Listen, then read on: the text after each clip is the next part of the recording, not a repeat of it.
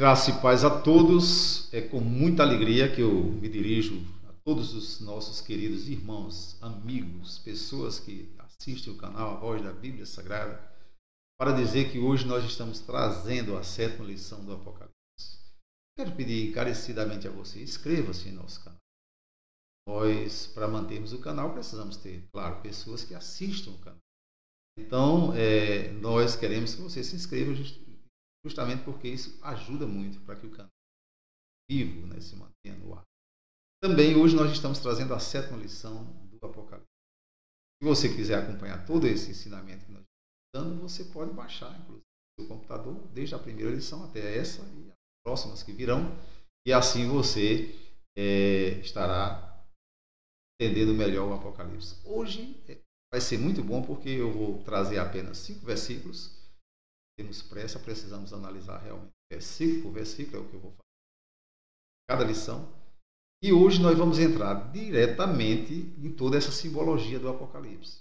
Porque as pessoas reclamam muito, mas é muito símbolo, a gente não entende, é difícil, até mesmo pessoas até mesmo seminaristas, que terminaram os seus seminários, às vezes não gostam muito de entrar na tal de escatologia, porque sabem que é um tanto...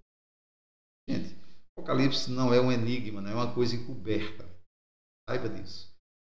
Deus não encobriu nada, pelo contrário. Se você for pegar um texto sobre Apocalipse, vendo a palavra grega mesmo, significa revelação. Ou seja, é algo que está sempre que foi descoberto. Apocalipse é isso. Então eu vou colocar aí na tela, inclusive, para você entender o que significa isso.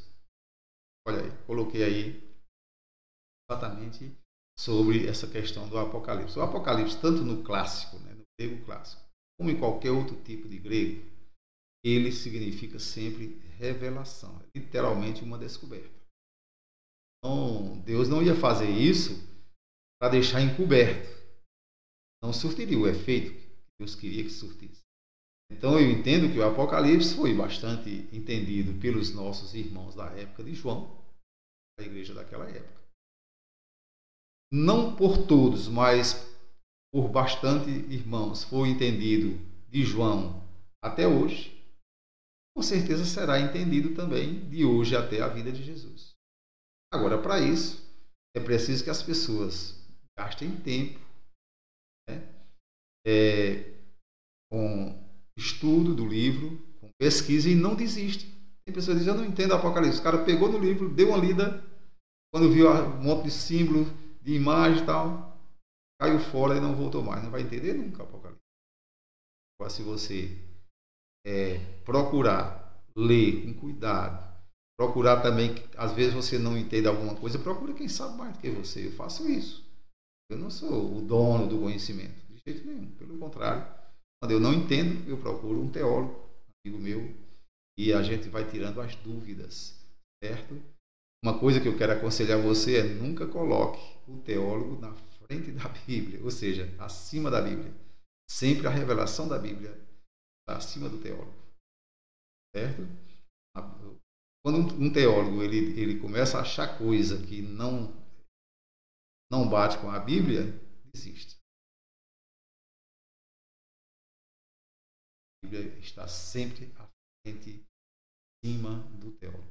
Bem, mas o que queremos resumir é que o Apocalipse foi escrito justamente para que nós entendêssemos, tanto os cristãos da época de João, anteriores a João, os cristãos que chegaram até hoje conosco e os que irão até a vinda de Jesus, certo? Eu coloquei uma imagem do Cristo glorificado. Agora por diante nós vamos entrar literalmente como decifrar essas imagens, como entender essas imagens do Apocalipse. Entendia? Vai passar em...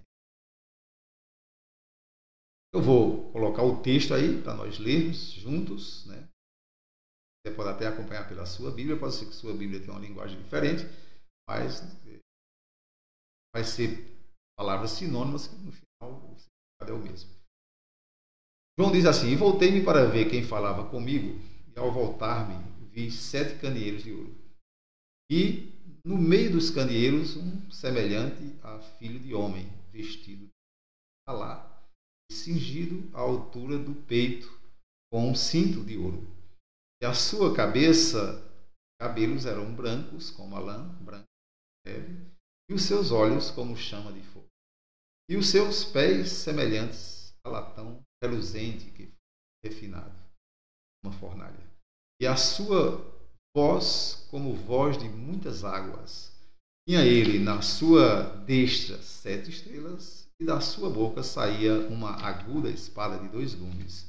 E seu rosto era como o sol resplandece na sua. Bem, quando você vê uma imagem desse tipo, retratando o que viu, provavelmente você vai ficar sem entender. Mas significa tudo isso? Porque numa só visão, tanto detalhe. Veja só, porque Deus revelou assim a João, e João escreveu assim também com tantos símbolos. Claro, quando você vai estudar bem direitinho, você vai ver que João não podia revelar as coisas de uma forma bem direta, escrever de uma forma bem direta, porque ele estava preso na ilha de Patmos justamente pelos romanos, que era o poder opositor a Israel, a religião, né? Roma era uma opositora dos cristãos. Então, foi preciso que Deus recheasse o Apocalipse de tanta imagem e tanta linguagem apocalíptica, e João utilizasse disso para que o Apocalipse fosse escrito de uma forma que os cristãos entendessem, mas os romanos não entendessem. Certo? Então vamos agora esclarecer cada item desses versículos que nós lemos. Eu coloquei algumas imagens só para você ficar entendendo o que significa tudo isso. Aqui eu estou, essas imagens que eu coloquei aqui e as explicações que eu vou dar exatamente naquela tela anterior, relativa àquela tela anterior, sobre cada versículo. Então, o que foi que aconteceu? João viu e escreveu que, nos versículos 12 a 16, ele escreveu o que viu. Diz assim: neste texto, Deus mostra para João Jesus glorificado. Então vamos aos símbolos. Apareceu entre 7 castiçais, ou seja, Jesus apareceu entre 7 castiçais. Tinha 7 estrelas na mão direita. Apareceu vestido numa roupa talá, né? Cinto de ouro, cabelos brancos, olhos de fogo, uma aguda espada de 2 gumes saindo de sua boca e os pés de latão reluzente. O que significa isso tudo? Vamos agora detalhar imagem por imagem, justamente porque precisamos entrar no Apocalipse já tendo consciência de o que significam essas imagens. Então vamos nós.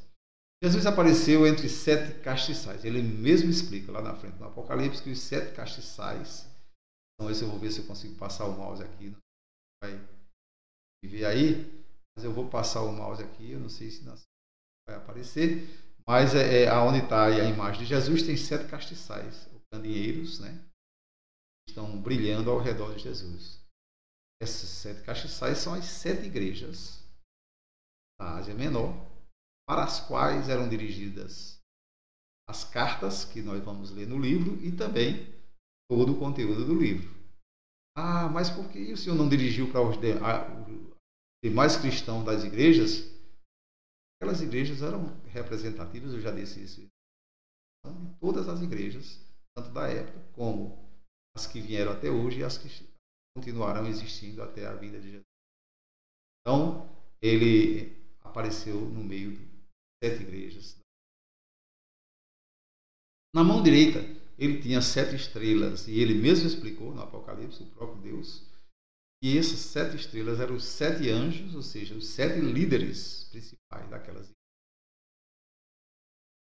E a roupa talá, o que é uma roupa talá? Essa roupa comprida que você está vendo em Jesus. Roupa talá, e quando o tradutor da Bíblia traduziu, ele utilizou esse termo talá, porque talá vem de talos, do latim. Quando a pessoa pega um texto grego ou hebraico, principalmente os tradutores da Bíblia, e ele vai traduzir para português, vamos dizer assim, ele vai procurar a palavra mais apropriada. E a palavra mais apropriada que foi encontrada foi roupa talá. O que é uma roupa talá? Talá vem de talos, que no latim é calcanhar. E a roupa talá é aquela que desce, é comprida até o calcanhar. Entendeu agora? Porque roupa talá. Aí diz assim, um cinto de ouro. O que era o cinto de ouro? Se você for analisar a vestimenta dos sacerdotes da época da cultura hebraica dos judeus, né? Os sacerdotes, ele tinha um cinto aqui na região do tórax, né? A cintura, né? Um cinto bordado a ouro. E Jesus não é apenas bordado, é ouro puro, né? Então, um cinto de ouro significa que Jesus é sacerdote. Então, você que aí é seminarista, que estudou no seminário teológico, você que estudou na faculdade teológica, você sabe que Jesus Cristo é sacerdote, é rei, né? Profeta, sacerdote e rei, a gente estuda tanto isso. Então, simplesmente Jesus veio trajado, como realmente ele é no momento que ele foi glorificado. Então, Jesus, ele veio trajado dessa forma. Trajado de um sacerdote eterno, né? Cabeça e cabelos brancos e olhos de fogo. O que significa isso? Cabeça e cabelos brancos, claro, está totalmente relacionado à pureza de Jesus, à eternidade de Jesus. Não adianta inventar outras coisas. Vá procurar bem direitinho se informar e você vai ver que é isso. Pureza. Se eu fosse citar versículos agora, eu ia dizer, por exemplo, que foi dito em 1 João 1,7. Se andarmos na luz, como ele na luz está, temos comunhão uns com os outros e o sangue de Jesus Cristo nos purifica de todo o pecado. Ou seja, o sacrifício que Jesus fez é capaz de nos tornar branco, como a pura lã, como a pura neve, como diz também Isaías, e assim por diante. Isaías 1,18 fala sobre isso. Então, é a sua pureza e a sua eternidade. E os olhos de fogo, pastor, o que significa? Ora, se eu for citar todos os versículos ainda do Velho Testamento ou do Novo que vão concordar com o que eu estou dizendo agora, eu vou ter um vídeo muito longo, então eu não posso fazer isso. Mas eu vou citar alguns versículos, sim. Se eu fosse agora pegar o Velho Testamento, 2 Crônicas 16 e 9, lá está dizendo que os olhos do Senhor passam por toda a terra. O olho de fogo é aquele olho que penetra, tudo vê. E nada se esconde, né, aos olhos de Deus. Quando eu pego Provérbios 15:3, lá está dizendo, os olhos do Senhor estão em todos os lugares. Quando se acende, o clarão vai longe, né? Jó 34:21 diz, os olhos de Deus estão sobre os caminhos do homem e vê em todos os seus passos. Você está andando aí, meu querido, os olhos de Jesus Cristo, esse Cristo glorificado, está ali vendo. 1 Pedro, agora no Novo Testamento, 3:12, Pedro diz assim, os olhos do Senhor repousam sobre os justos. Então, os olhos de fogo significa isso, os olhos de Deus, os olhos que tudo vê. Aí você agora vai dizer, pastor, e o que significa a espada aguda, né, de 2 gumes saindo da boca de Jesus? Agora que você vai ver como é interessante estudar os símbolos da Bíblia, né? Essa linguagem, essa simbologia, certo? Ora, eu coloquei aí 2 espadas, uma espada pequena, e coloquei a referência em Hebreus 4:12 e Efésios 6:17. Eu poderia colocar bastante outras referências, mas eu coloquei só essas 2. E coloquei uma espada longa, comprida, e coloquei a referência de Apocalipse 1:17. Eu já vi até pregadores dizer, aquela espada que viu saindo da boca de Jesus é a palavra de Deus. Até que tem muito bom sentido isso. Mas, literalmente, na interpretação desses símbolos, nós precisamos ter um cuidadozinho, né, para a gente analisar direito o que significa isso. Bem, quando você vai falar sobre a espada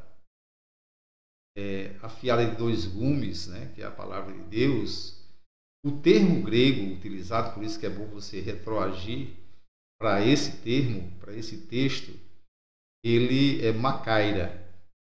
Se você for colocar isso, pegar Hebreus 4:12 e colocar lá no tradutor do Google, você não vai ter tanta explicação sobre isso, porque o grego atual tem algumas diferençazinhas pequenas, né, do grego mais antigo daquela época. Tudo bem. Até eu escrevi aí Machaire, porque quando você coloca, se você for colocar no grego de hoje e você for traduzir pelo Google, vai dizer, o tradutor vai dizer, você vai ouvir a voz dele dizendo Machaire, Machaire. Mas na verdade era Macaira, era a espada a que se refere Hebreus 4:12, Efésios 6:17 e outros textos, como palavra de Deus, era Macaira. Era uma espada do soldado comum que lutaria na guerra, corpo a corpo. Né? É por isso que ela se traduz por palavra de Deus, porque a palavra de Deus é essa espada. Ela é de dois gumes, que quando nós pregamos, penetra até a divisão da alma e do espírito, vai até as juntas e medulas. Espada Macaira.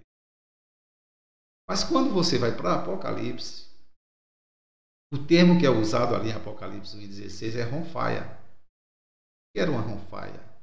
Uma espada longa, grande, que era utilizada pelos reis, e principalmente os reis vitoriosos, e que se apresentavam diante do povo que, na verdade, foi subjugado. Então, por que Jesus aparece com essa espada longa e não com a outra espada? Ele não aparece com a macaira, ele aparece com a ronfaia. Porque Jesus é sacerdote, é rei eterno. Ele venceu. Todos os que se opuseram a ele, ele venceu. Quando ele veio como cordeiro, foi morto pelos homens. Agora, quando ele vier, ele está se apresentando agora como o Cristo que virá. Então, quando ele vier, ele não será mais vencido por ninguém. E então, ele já venceu. Ele agora é o rei que venceu. Então, a espada que sai da boca dele, exatamente a ronfaia, a longa espada, utilizada pelos reis vitoriosos.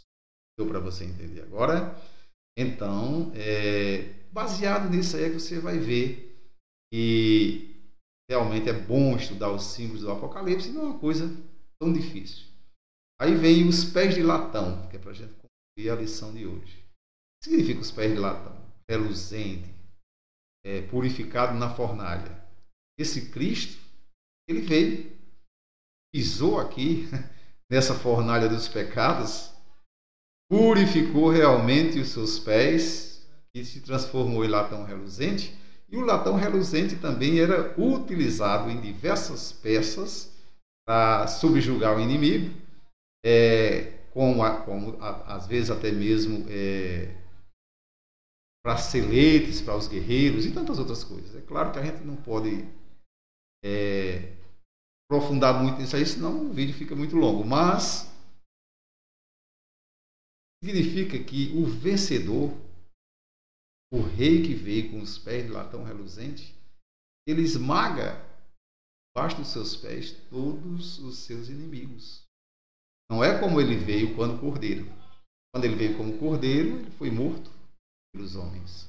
Mas agora, o Cristo que aparece a João é o Cristo glorificado. É o que virá dessa próxima vinda de Jesus. E ai de quem se levantar contra esse rei Jesus, e ele os esmaga. Todos os que se levantarem, ele vai esmagar debaixo dos seus pés.